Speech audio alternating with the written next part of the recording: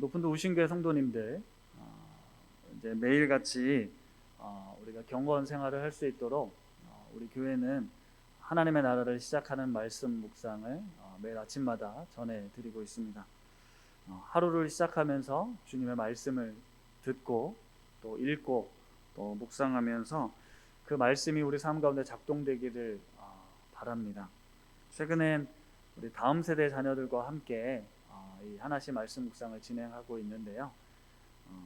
우리 아이들이 이제 고학년 아이들 말고 또 어린 친구들은 무슨 말을 하는지 잘 못 알아들으실 수도 있고 많이 버벅댈 수도 있겠지만, 우리 자녀들이 그들의 목소리로 또 하나님의 말씀을 읽고 우리가 들을 수 있다는 건 참 복된 일이라 생각이 됩니다.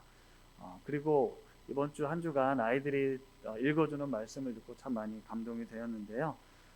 우리 자녀들을 위해서 또 우리 가정을 위해서 우리 온 교우 성도님들께서 같은 마음으로 축복하며 기도해 주시면 좋겠습니다. 어제 하나씩 말씀을 듣다가 박신혜 목사님께서 그림책 이야기를 하나 해주셨어요. 알사탕이라는 그림책이었는데 오늘 시작을 그림책을 좀 보여드리면서 시작하고 싶었는데 제가 자료가 아직 없다 보니까 그냥 검색해서 거표지만 이렇게 생긴 책이었습니다. 알사탕, 우리가 잘 아는 알사탕이에요. 이 아이가 알사탕을 하나씩 먹을 때마다 주변 사물들의 소리가 들려오고 강아지와도 대화를 하는 내용이 나오더라. 근데 그 내용 중에 이제 아버지가 퇴근하셔서 이 아이에게 온갖 잔소리를 하시는 거예요. 씻어라, 먹어라, 치워라. 그래서 이 잔소리가 듣기 싫어서 아빠에게 복수를 하기 위해서 자기 방에 들어가서 이불을 뒤집어 쓰고 까칠한 알사탕을 하나 먹습니다. 근데 이제 밖에서는 아빠가 계속 잔소리를 하는데 아빠의 잔소리가 어떻게 들리기 시작하냐면 뭐라고 들려올 것 같으세요? 아빠의 잔소리가 사랑해, 사랑해, 사랑해 이렇게 들려오더라는 겁니다. 그래서 이 동동이라는 소년이 이불을 박차고 나가서 설거지하고 있는 아빠 등 뒤에서 아빠를 꼭 끌어안는 장면이 나와요. 오늘이 성령 강림 주일인데요. 우리 안에 성령님이 계시면 우리가 이 세상을 살아가면서 어떤 사람으로부터든지 또 어떤 자연으로부터든지 아니면 말씀으로부터든지 어떤 하나님이 우리를 향해서 지금 무슨 이야기를 들려주시는지 그것을 잔소리로, 듣기 싫은 소리로, 나와 상관없는 이야기로 들리지 않고 나를 사랑하시는 하나님의 음성으로 들리지 않을까 싶은 생각이 어제 하나씩 말씀을 통해서 들었습니다. 지난주에 전능하신 하나님 너는 내 앞에서 행하여 완전하라는 그 말씀이 성령님께서 저에게 참 다르게 들렸다라고 말씀을 드렸잖아요. 우리 군입대를 앞둔 우리 정수, 군대 가면 이제 며칠 지나서 군기가 바짝 들지 않겠습니까? 한마디 한마디에 정신을 바짝 차리고 그 명령에 실수함 없이 오차가 한치의 오차 없이 실수하지 않고 그 명령을 수행해야 될 겁니다. 그래야 또 군대에서 잘 살아남겠죠. 그런데 하나님께서 나는 전능하신 하나님이니까 내 앞에 행해서 완전하라는 그 말씀이 그동안은 하나님 앞에서 잘 보여야 돼. 그 명령 말씀하신 걸 순종해야 돼. 나는 틀리면 안 돼. 실수하면 안 된다라는 엄청 부담감을 가지고 살았던 반면에 내가 전능한 하나님이야. 너는 내 앞에서 행하여 완전하라는 이 말씀이 나는 너의 아버지야. 나는 너를 사랑해. 그러니까 내 안에서 두려워하지 말고 놀라지 말고 불안해하지 말고 내가 너와 함께하는 거 믿고 내가 너를 보낸 그곳에서 감사함으로 자유롭게 당당하게 살았으면 좋겠다. 우리 부모들이 자식을 이 땅에 내어놓고 키울 때 내가 얼마나 존귀한 존재인지를 알아주기를 바라는 것처럼 하나님께서 우리를 이 세상에 보내시고 내가 전능한 하나님이잖아. 걱정하지 마. 불안해하지 마. 라고 말씀하시는 것처럼 그렇게 들렸거든요. 그 말씀이 들려오니까 내 삶의 어떤 무게나 무거운 짐들 앞에서 수고하고 무거운 짐진 자들아 다 내게로 와라. 내가 너희를 쉬게 해줄게 라는 말씀이 들려오기 시작했습니다. 진리가 너희를 자유롭게 하리라는 그 말씀에 진리가 자유롭게 한다는 의미가 무엇인지를 알게 됐던 거예요.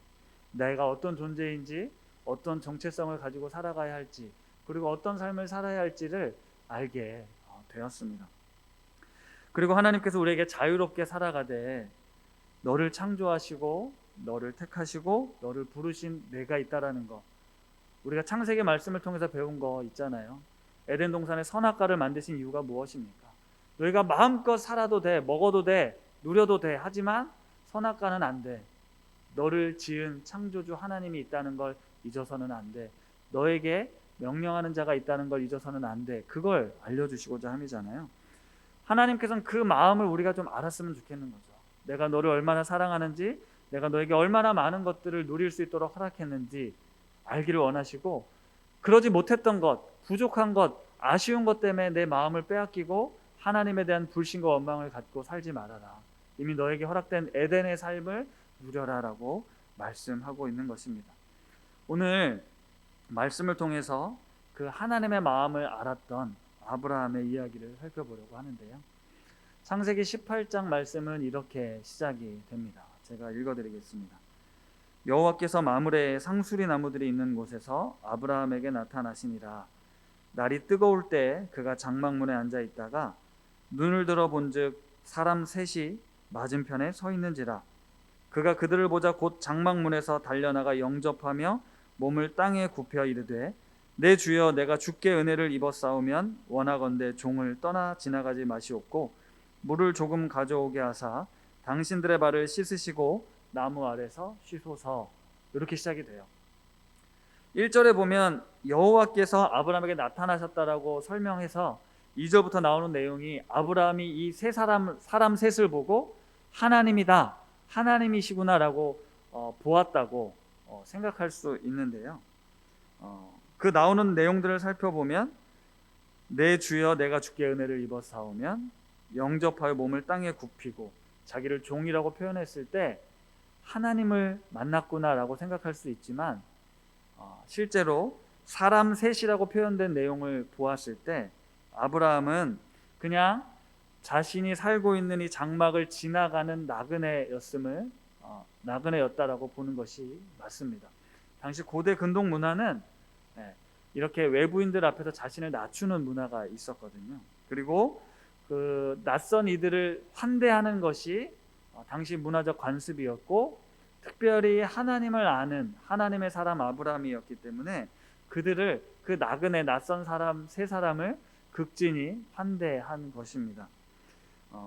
하나님이셨기 때문에, 아니 하나님과 같은 특별한 존재였기 때문에 그들을 극진히 환대했다라기보다는 나그네들을 향한, 힘없는 연약한 자들을 향한 자비와 긍휼의 마음이 아브라함에게 있었다라고 보는 게 더 타당합니다.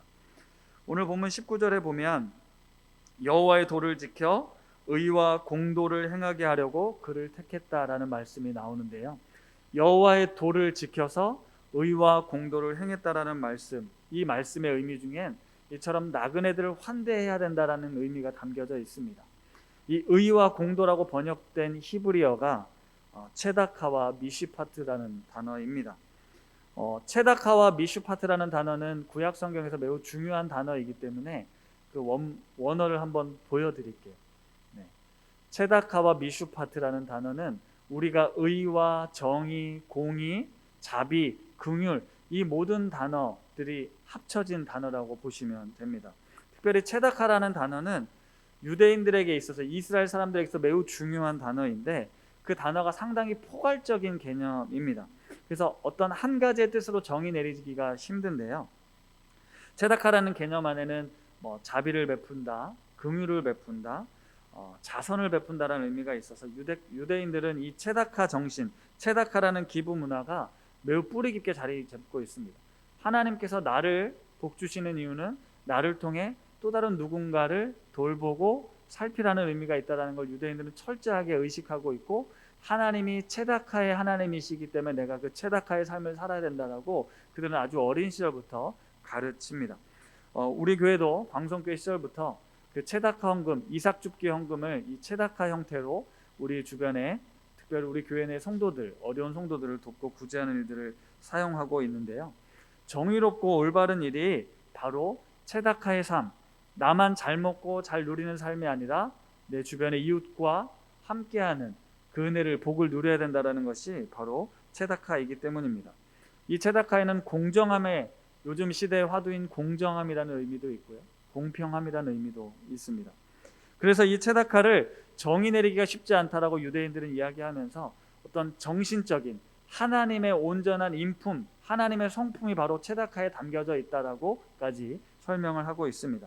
그리고 같이 나왔던 미슈파트라는 단어는 체다카보다는 좀 더 구체적이고 실천적인 의미인데요, 법이 올바로 집행되어야 한다, 그러니까 정의롭다, 공의롭다, 정의롭게 행해져야 한다는 의미가 있습니다.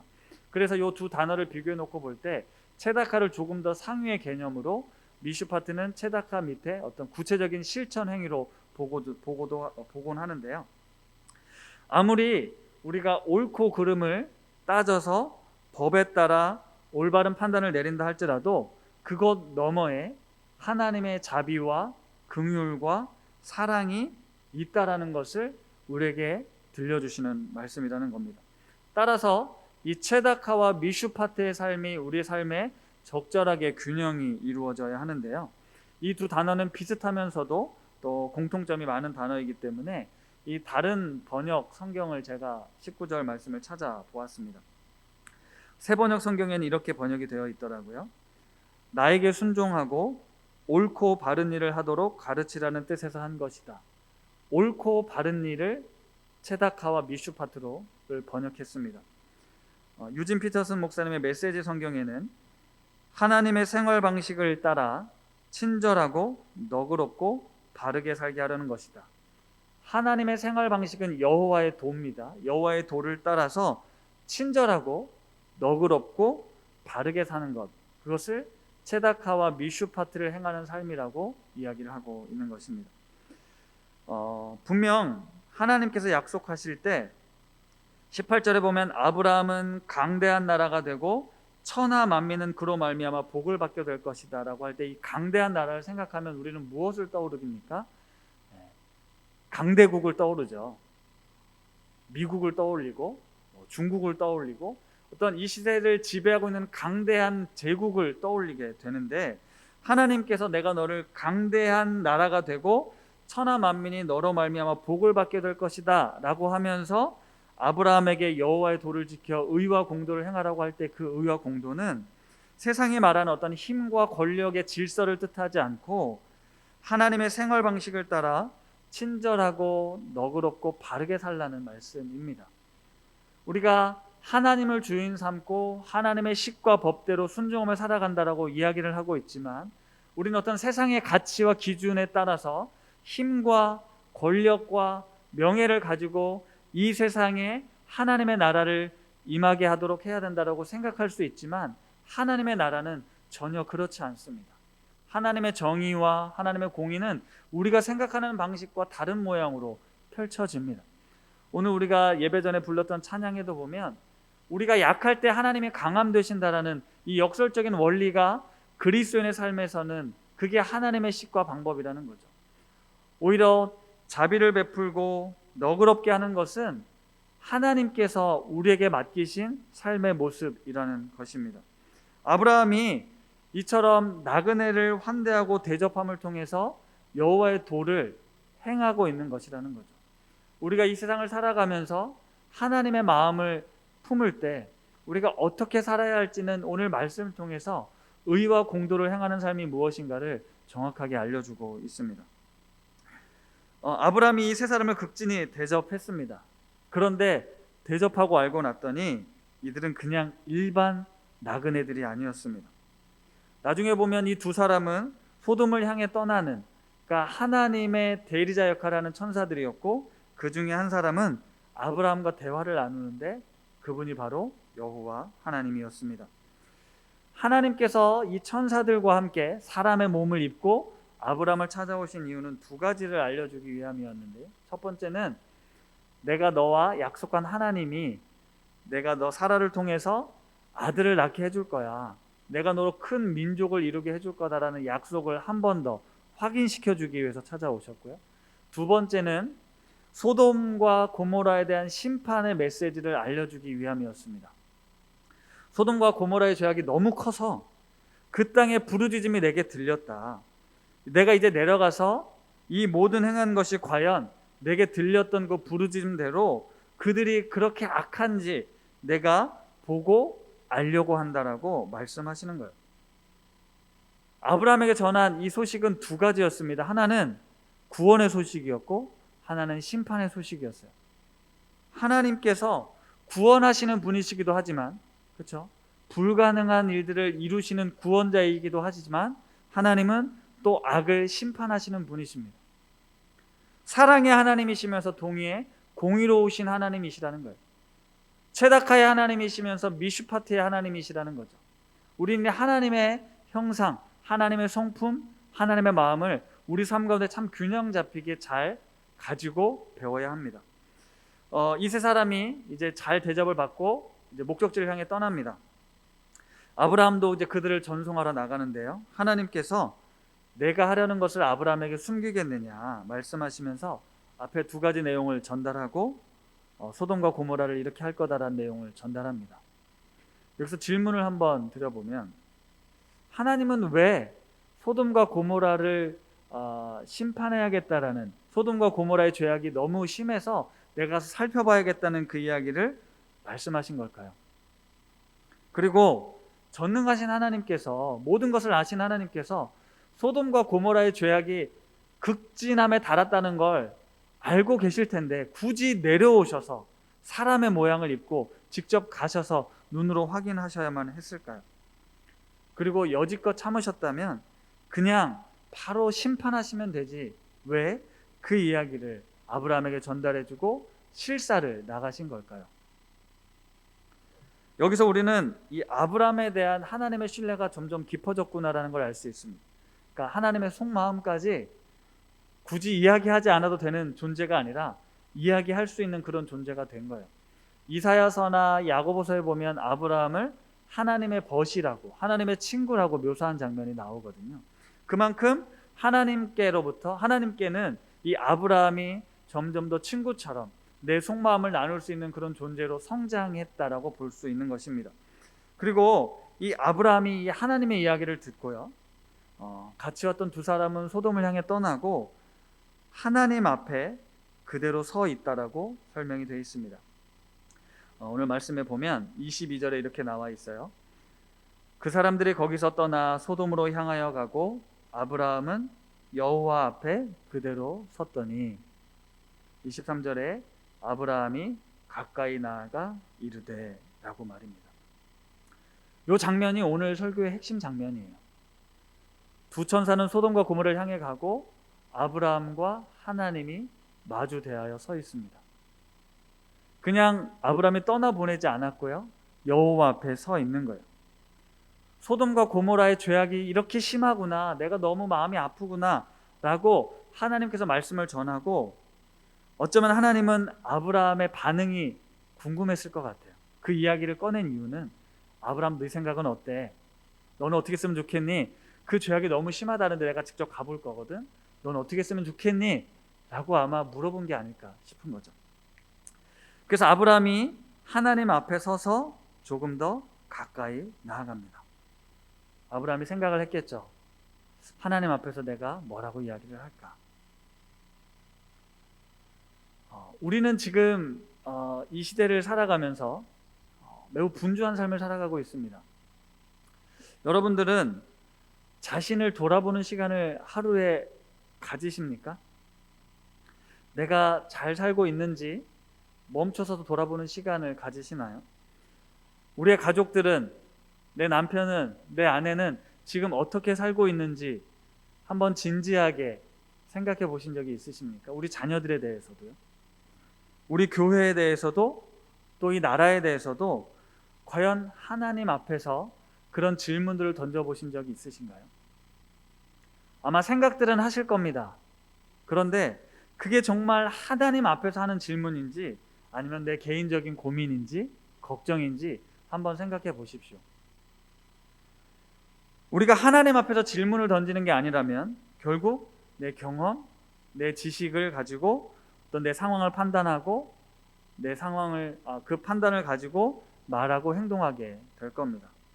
하나님 앞에서 서서 하나님께 나아가서 우리가 질문하는 것이 아니다 보니까 수많은 결정과 판단이 결국은 이 한계가 있는, 부족함이 있는 내가 내 안에 감추어진 어떤 욕심이나 이기적인 마음이나 어떤 감정에 의해서 판단을 내릴 때가 많다는 거죠. 하나님의 하나님의 식과 방법이 아니라 내 생각과 방법대로 선택하고 행동할 때가 많다라는 겁니다. 그런 점에서 오늘 아브라함이 보여주었던 이 행위, 하나님 앞에 서 있는 이 행위, 하나님께 나아가는 시간과 장소와 그 일들을 하는 것은 너무나 중요합니다. 주일 아침 이 시간이 그래서 우리에게 매우 중요한 시간이죠. 우리가 형식적으로든 의무로든 억지로든 이 시간을 구별해서 하나님 앞에 설 수 있는 우리에게 매우 중요한 시간이라는 것입니다. 비록 영상으로 예배를 드릴지라도 우리가 잠시 멈추어 서서 내가 하나님 앞에 서 있는 이 시간은 우리의 생명, 우리의 삶을 영위하기 위해 매우 중요한 시간이라는 거죠. 더 나아가서 매일 아침마다, 저녁마다, 순간마다 하나님 앞에 서서 하나님의 마음을 묻는 행위는 우리가 그리스도인으로 살아가는 데서 매우 중요한 행동이라는 것입니다. 하나님 앞에 모든 걸 멈추고 하나님의 자녀답게 살기 위해 하나님의 마음을 묻는 행위, 이것이 참 중요한데요. 오늘 아브라함은 하나님께서 소돔과 고모라의 죄를 말씀하셨을 때 이렇게 대답을 합니다. 맞아요, 하나님. 거기 진짜 나쁜 놈들 많아요. 악합니다. 제가 롯을 통해서 들어보니 롯이 아무리 선한 영향력을 미치려 해도 그 사람들은 구제불능입니다. 성적으로 너무나 타락했고 불의함과 악함이 너무 가득하다고 합니다. 그들은 벌을 받아야 돼요. 잘 생각하셨습니다. 혼을 내셔야 됩니다. 라고 아브라함이 대답하지 않았습니다. 하나님께 가까이 나아간 아브라함은 하나님의 마음을 캐치했어요. 알아차렸어요. 그래서 이렇게 이야기를 하는 거죠. 하나님께서 의인을 악인과 함께 멸하시는 게 맞습니까? 거기에 부르짖는 자들, 고통받는 자들을 들으신다면서요. 주께서 의인을 악인과 함께 죽이시는 건 부당합니다. 세상을 심판하시는 이가 정의를 행해야 되지 않겠습니까? 물론 소돔과 고모라가 악하지만 그들을 향한 자비와 긍휼을 행해야 되지 않겠습니까? 라고 말씀하시는 거예요. 이렇게 하나님 앞에서 하나님 그러시면 안 되죠. 하나님 그건 하나님과 어울리지 않습니다라고 아브라함이 오히려 하나님 앞에 이야기를 하고 있는 거예요. 그리고 하나님 앞에서 아주 조심스럽게 소돔과 고모라에 의인 50명이 있으면 하나님 어떻게 하시겠습니까? 그래, 의인 50명이 있으면 내가 멸하지 않을게. 하나님 죄송합니다. 45명이면요. 40명이면 하나님 너무 죄송한데 하나님 30명이면요. 이렇게 10명까지 아브라함이 조심스럽게 하나님 앞에 묻습니다. 10명만 있어도 내가 멸하지 않을 거야. 이렇게 대답하시는 하나님의 말씀을 듣고 오늘 이야기가 끝이 나거든요. 저는 이 장면에서 하나님의 마음이 아브라함을 통해서 이렇게 전달이 되어 왔어요. 하나님께서 아브라함에게 고맙다. 내 마음 알아줘서 고맙다. 나는 이 세상을 심판하려고 너희를 지은 게 아니라 너희를 구원하고 싶은 게 내 마음이야. 아브라함 너마저 소돔과 고모라를 향해 심판받아 마땅하다라고 당장이라도 유황불을 내려서 그 악한 것들을 이 땅에서 사라지게 해주십시오라고 했다면 내 마음이 너무 아팠을 것 같아.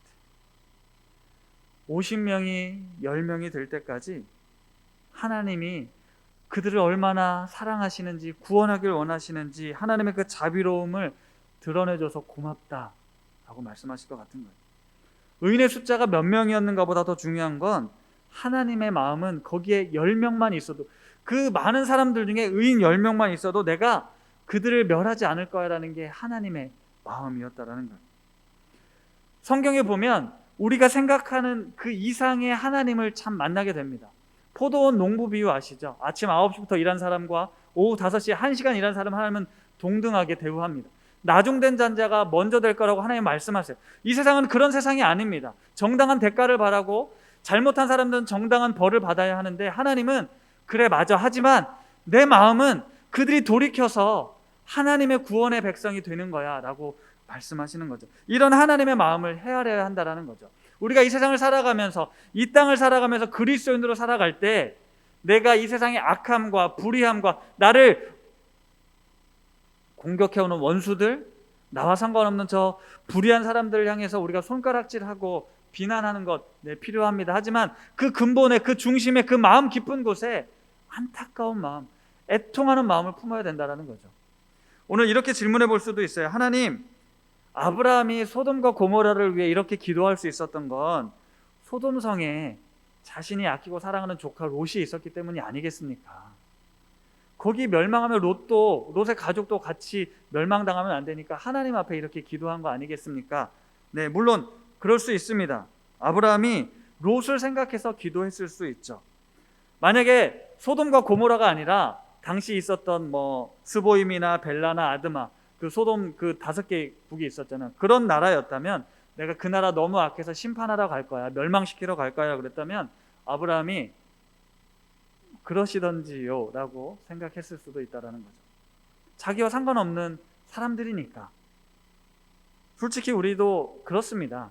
우리가 누군가를 위해 중보기도할 때 어쨌든 저도 당연히 내 가족, 내 교인들, 나와 관련된 사람들을 위해서 생각하죠. 내가 연관되어 있어야 조금 더 관심을 갖게 됩니다.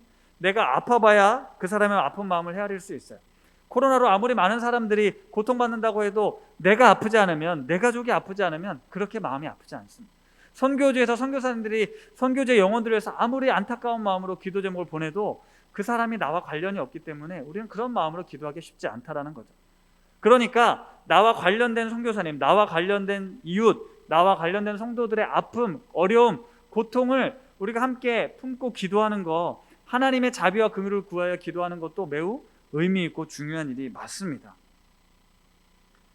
작년에 그래서 저희가 위아처치라는 그 프로젝트를 진행한 거예요. 하나님께서 우리 성도님들에게 주시는 그 마음에 교회가 함께 동참하겠다, 그런 거죠. 우리 교회가 품어야 될, 우리가 함께 품어야 될 우신 공동체, 이 우신 중고등학교, 물론 하나님께서 우리에게 주시는 마음대로 품어야겠지만, 내가 정말 품고 있는, 나와 관련이 있는, 내가 관심 있는 그 공동체, 그 현장, 그들을 우리가 하나님의 마음을 품고 중보하고 같이 마음을 다해 섬기고 헌신하는 일들은 매우 중요한 일입니다.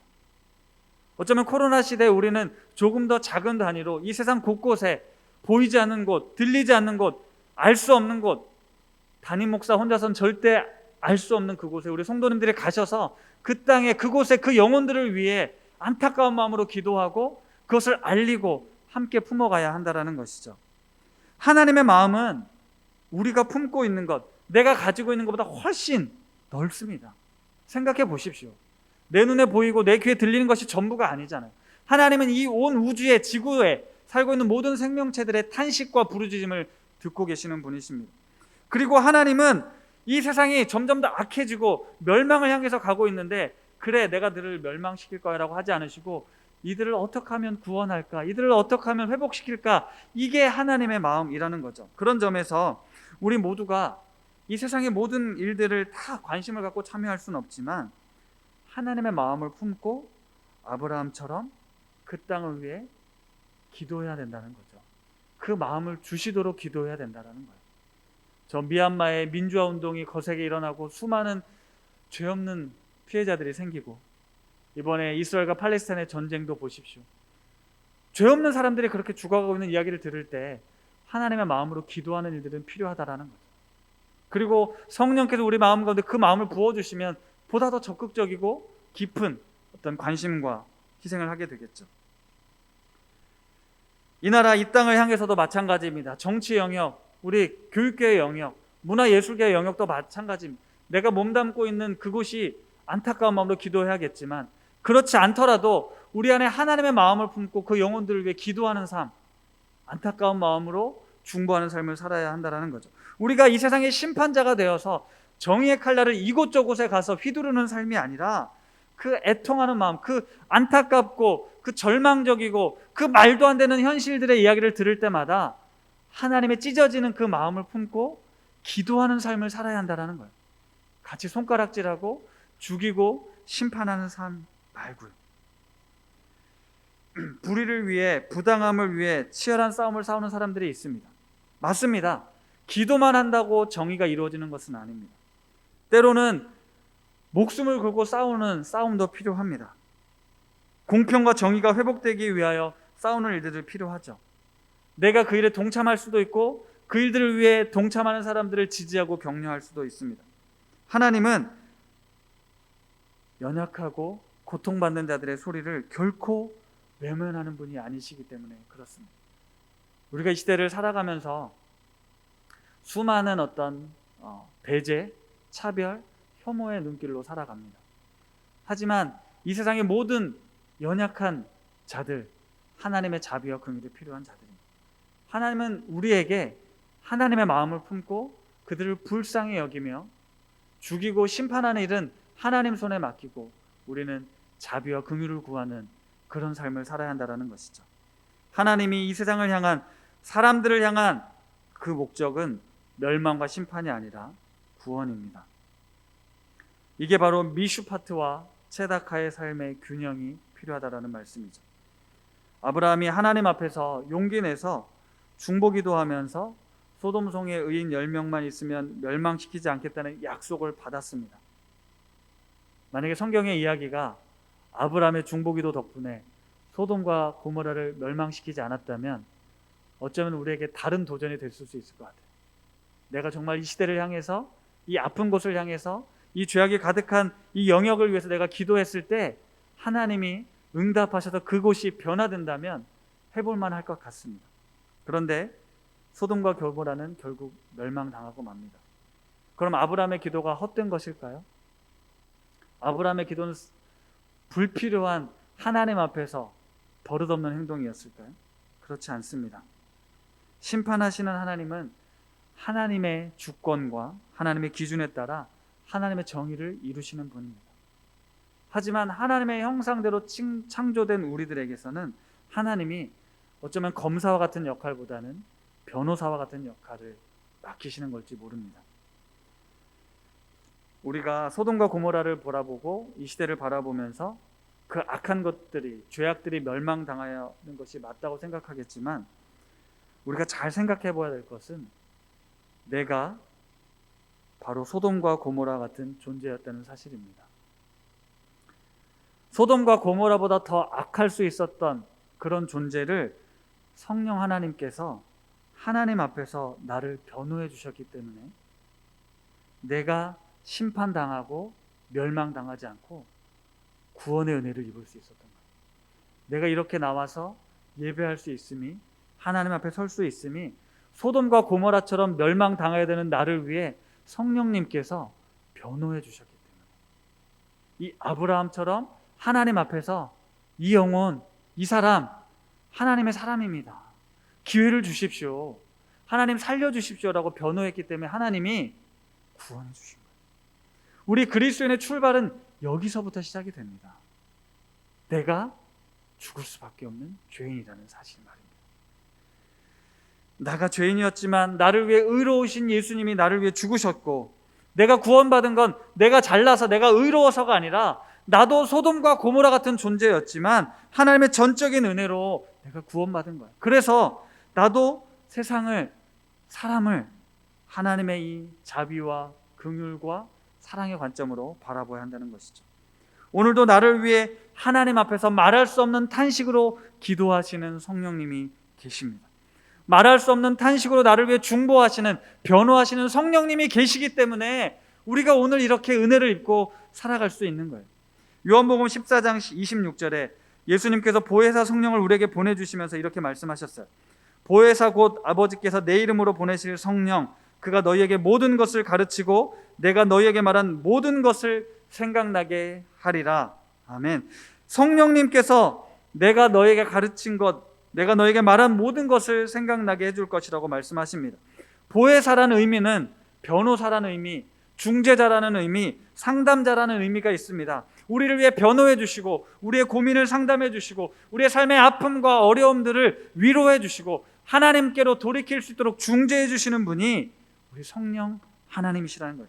그 성령님 덕분에 우리가 오늘 이렇게 살아갈 수 있음을 잊지 마십시오. 그 성령 하나님이 오늘 우리 삶 가운데, 우리 심령 가운데 임할 때 우리가 하나님의 마음을 헤아릴 수 있고 하나님의 마음으로 이 땅을 살아갈 수 있게 되는 겁니다. 말씀을 마무리하겠습니다. 하나님께서 아브라함을 택하시고 복을 주셨어요. 내가 너를 강대한 나라가 되게 하고 천하 만민이 너로 말미암아 복을 받도록 하겠다라고 이 약속하셨는데, 이 약속은 세상의 식과 원리대로 내가 강대한 나라가 되어 세상을 다스리도록 하겠다라는 뜻이 아니라 힘과 권력과 돈과 지식으로 지배하며 착취하겠다는 뜻이 아니라 하나님의 도를 따라, 하나님의 형상을 따라, 하나님의 방법대로 의와 공도를 행하는 삶, 자비와 정의와 공평을 이 땅에 이루는 삶, 그 삶을 살게 하겠다라고 말씀하셨습니다. 그게 저와 여러분에게 주신 하나님의 복입니다.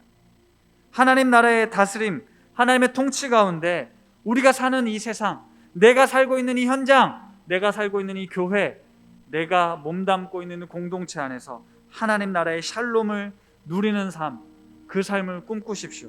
아브라함을 통해, 그리고 우리 그리스도인들을 통해, 우리 교회를 통해 이 땅에 복 주시겠다라고 약속하신 하나님, 체다카와 미슈파트를 행하기 위해 하나님 우리를 택하고 부르셨음을 기억하시고, 우리의 행동 방식이 세상의 도덕적 윤리적 기준을 뛰어넘어 체다카의 마음으로, 하나님의 마음으로, 자비와 긍휼의 마음으로 우리의 영혼들, 이웃들, 직장 동료들을 바라보고 그들을 위해 하나님 앞에 기도하는 중보자의 삶을 살아가는 우리 성도님들 다 되시기를 바랍니다.